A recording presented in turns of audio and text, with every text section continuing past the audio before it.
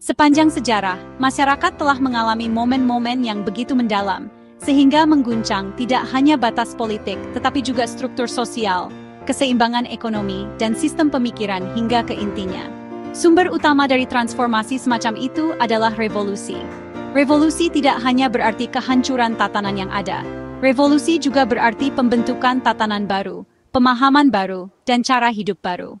Revolusi yang dimulai di Prancis pada tahun 1789 merupakan hasil reaksi besar-besaran terhadap dominasi monarki feodal dan kelas istimewa. Berabad-abad ketidaksetaraan sosial, pajak tinggi, dan kemiskinan telah menghabiskan kesabaran rakyat. Penyerbuan penjara Bastille bukan hanya penghancuran sebuah bangunan, tetapi awal dari akhir monarki absolut. Dengan revolusi ini, prinsip kesetaraan, kebebasan, dan persaudaraan untuk pertama kalinya menjadi dasar politik skala besar. Hak istimewa kaum bangsawan dihapuskan, properti gereja disita, dan konsep kewarganegaraan menjadi kuat. Perkembangan ini memengaruhi banyak negara di Eropa dan dunia, membuka jalan bagi tatanan konstitusional baru. Revolusi industri dimulai di Inggris pada akhir abad ke-16 dan dengan cepat menyebar ke seluruh Eropa dan kemudian dunia. Revolusi ini melambangkan peralihan dari tenaga manusia ke tenaga mesin dalam produksi. Mesin uap secara signifikan meningkatkan kapasitas produksi di bidang mulai dari tekstil hingga besi dan baja.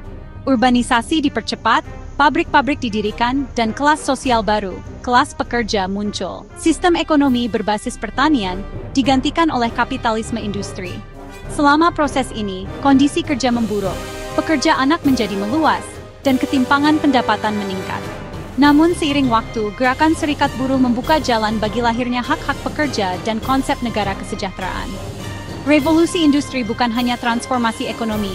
Ini juga merupakan revolusi multidimensi yang memberi dampak besar pada urbanisasi, pendidikan, kesehatan, dan struktur sosial. 13 koloni Inggris berjuang untuk meraih kemerdekaan melawan Inggris pada pertengahan abad ke-18 di bawah prinsip tidak ada pajak tanpa perwakilan.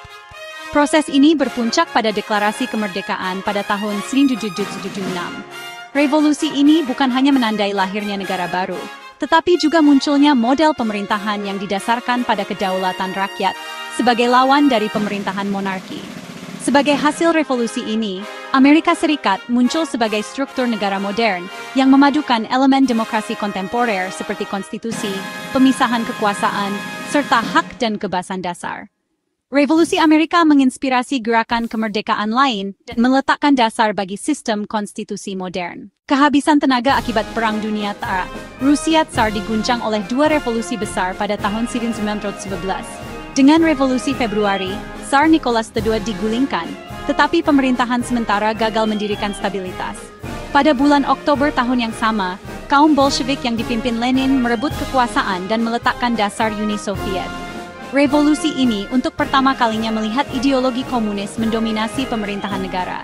Nasionalisasi properti, tujuan masyarakat tanpa kelas, dan perencanaan terpusat menandai awal zaman baru dalam sejarah dunia. Revolusi Rusia tidak hanya mengubah nasib satu bangsa, tetapi juga membentuk politik global, termasuk Perang Dingin, selama abad berikutnya. Setelah Perang Saudara Cina, kaum komunis yang dipimpin Mao Zedong mendirikan Republik Rakyat Cina pada tahun 1949. Revolusi ini secara mendasar mengubah struktur masyarakat Cina melalui reformasi agraria besar-besaran, kampanye industrialisasi, dan proses seperti revolusi kebudayaan. Hubungan feodal, khususnya di pedesaan, diakhiri, sistem produksi kolektif diperkenalkan, dan kepemilikan individu hampir sepenuhnya dihapuskan. Revolusi Cina juga memengaruhi gerakan anti-kolonial di Asia dan dipandang sebagai model pembangunan bagi negara-negara dunia ketiga. Revolusi digital, yang dimulai pada akhir abad ke-20, muncul dengan kemajuan teknologi informasi. Komputer, internet, komunikasi seluler, kecerdasan buatan, dan sistem otomatisasi mulai memengaruhi setiap aspek kehidupan manusia. Produksi, penyimpanan, dan berbagi informasi menjadi lebih cepat daripada sebelumnya. Revolusi ini mengubah struktur tenaga kerja, memperkenalkan konsep tenaga kerja digital, dan membuat komunikasi global hampir tanpa batas. Ketika sektor tradisional digantikan oleh platform digital, struktur negara harus menghadapi bidang baru seperti keamanan siber, kebijakan data, dan kewarganegaraan digital. Meskipun terdapat perbedaan dalam isi dan metode dari revolusi-revolusi tersebut, beberapa poin umum menonjol. ketidakpuasan luas terhadap tatanan yang ada, munculnya landasan ideologis baru, keterlibatan kelas bawah masyarakat, transformasi politik, ekonomi, dan sosial secara bersamaan. Setiap revolusi tidak hanya memengaruhi zamannya sendiri, tetapi juga membimbing sistem pemikiran dan model pemerintahan generasi penerus. Dampak abadi revolusi terletak pada kemampuannya membentuk tatanan baru. Revolusi telah menjadi mesin kemajuan sejarah, kadang membawa kehancuran, kadang kebangkitan.